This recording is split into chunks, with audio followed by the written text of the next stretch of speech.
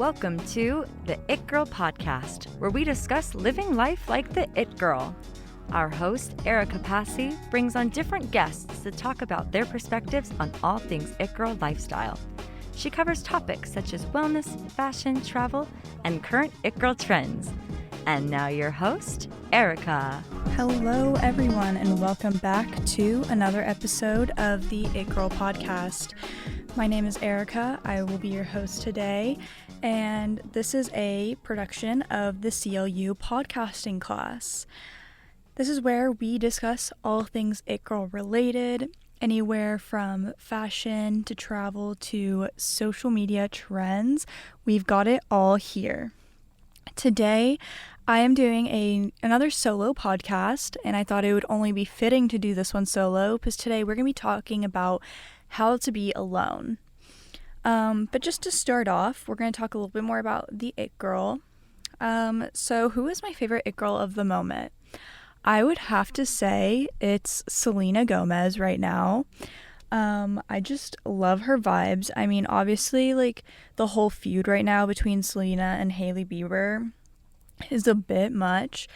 And I love that Selena, like, finally kind of, came out, like, with her fans and told them, like, hey, like, no more hate.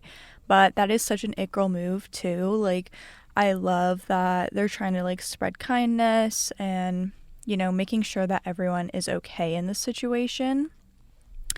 And so, yeah, I love her. She is a great It Girl to look up to. And so now we're going to transition into the actual topic of today's podcast, which is how to be alone. And I think learning to be alone is super important. For me, at least, it really helped with social anxiety. It helped me build up my confidence, which you can go listen to my other episode about confidence that I'm going to have. And then it also helps with building your own personal strength as well. And so some of my favorite things for me to do alone, I love doing solo dates. It's so fun for me to, like, go on, like, take myself on a little date, because that also pairs with self-love. I love going to get, like, ramen by myself, or even just, like, going to get a smoothie by myself. Like, love doing that. And then I'll just, like, sit wherever I get my food and I'll, like, read a book or I'll people watch. It's really fun. I like to go solo shopping. I feel like this one isn't too difficult because, like, you can go to, like, a little boutique, you can go to the mall, you can just pretend like you're running errands, which running errands I do solo as well. Like, I'll go grocery shopping by myself, I go to Trader Joe's by myself, all those.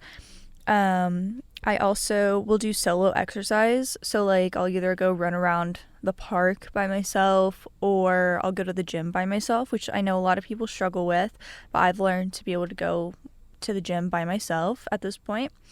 And then I also, this is, like, an interesting one, but I've learned to create content, like, by myself, like, out in public, essentially. I know that a lot of people get a little bit, like, stressed about that, but I've kind of, like, pushed past the anxiety and gotten to a point where I can do those things. And so how did I get to the point where I can enjoy doing things alone? I started super small. So I think I started this in high school. I started off by just, like, going to my neighborhood park alone, and I would set up, like, a little picnic and I would read and tan and just eat my food and be by myself. And that's when I first realized that I really liked doing stuff alone. And then I would also, like, I'll just, like, start small by going to, like, a little smoothie shop. I'll just grab myself, like, a little smoothie. That's not something that you necessarily, like, have to sit down and, like, eat there for, like, half an hour and, like, do this whole exchange with, like, a waiter. Like, you can just, like, go up to the counter, order your smoothie, maybe drink it outside the smoothie shop, and then go home. That's smart, like, starting small. I think these scenarios really help with social anxiety because they're just, like, super low contact. Obviously, like, you're not going to start off by going to, like, a full-blown restaurant and, like, having to order from a waiter and, like, then waiting for your food, and then eating your food, waiting for the check. Like, that's like a lot of stuff to have to deal with if you have like social anxiety. So I wouldn't start there. But after that, I would say start going on runs alone, or like, so if you are like into fitness, try going to the gym by yourself. It's like, it is a little bit harder. It's definitely like the next step kind of thing. But I would say if like you're able to get past that fear, it'll help you a lot with your own confidence.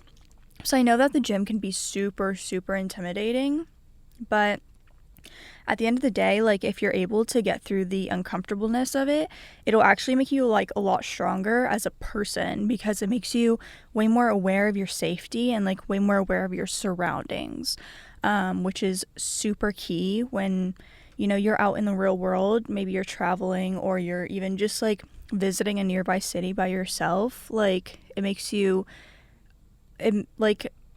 I wouldn't want to say that it instills like fear in you, but it like helps you be more aware of your surroundings. And yeah, I would say that eventually, like, building up all of these experiences, if you're like into creating content, it really helps with like that. So taking pictures by yourself when you're out in public, or even like making TikToks. But I know that that's something that is gaining in popularity now. Like, people will be making TikToks out in public, and the majority of people aren't able to do that because they're scared of, like, you know, someone judging them out in public or saying something. But I think once you've learned how to be alone, it really helps with this. You know, you'll have the confidence to be able to like take pictures like by yourself, like setting up a tripod or whatever, or you know, making a TikTok. And with TikToks, like, you can start out small. You can just take it in your car. Like, that's what I start with, you know, like, I'll do some TikToks in my car, and then, you know, if someone's walking by, like, sure, it gets stressful or whatever, but that's how I'm building up my confidence, and my, you know, social anxiety is going away. So some future goals that I have in relation to being alone. So obviously I am going to Europe for summer, and I'm doing a solo trip. So that is actually a huge step for me. For one of these kinds of steps, you need a lot of strength and a lot of confidence for this, and you really have to like have dealt with your social anxiety. So I would say like I'm pretty far along in this whole like being able to be alone journey. It can be like really nerve-wracking thinking about how I'm going to be going to Europe by myself, but at the end of the day, like, I love being by myself. And I have learned that, like, I love my own solo time. I love to just like be at home by myself, reading a book, watching Netflix, like taking care of myself. And travel is something that feeds my soul. So this is how I see myself, like taking care of myself, and I'll be doing it all summer long. Another big goal for me would be living solo at some point. I think when I come back from Europe, I'll probably be living solo for a little bit. And so I'm super excited for that, because again, I love my solo time. And then this like whole concept of being able to be alone, it affects or like benefits the rest of my life, because it clears my mental health.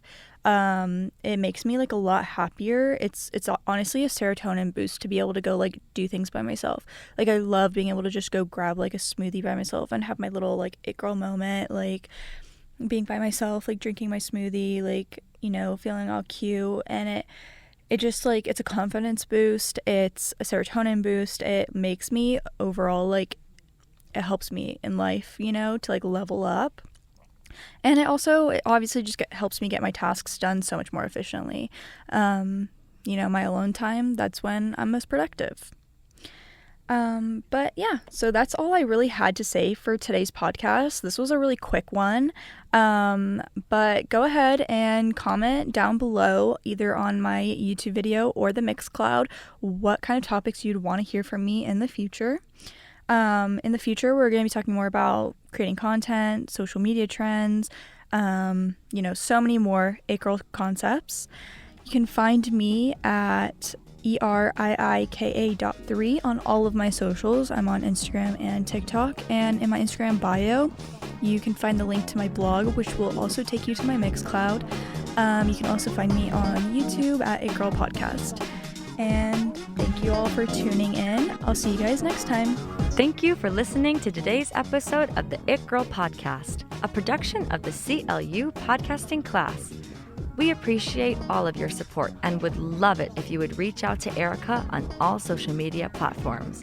You can find her on Instagram and TikTok at ERIIKA.3. Reach out and let her know what you would like to hear about next or send in ideas for current trends you would like her to discuss. Thanks again. Look forward to talking to y'all next time.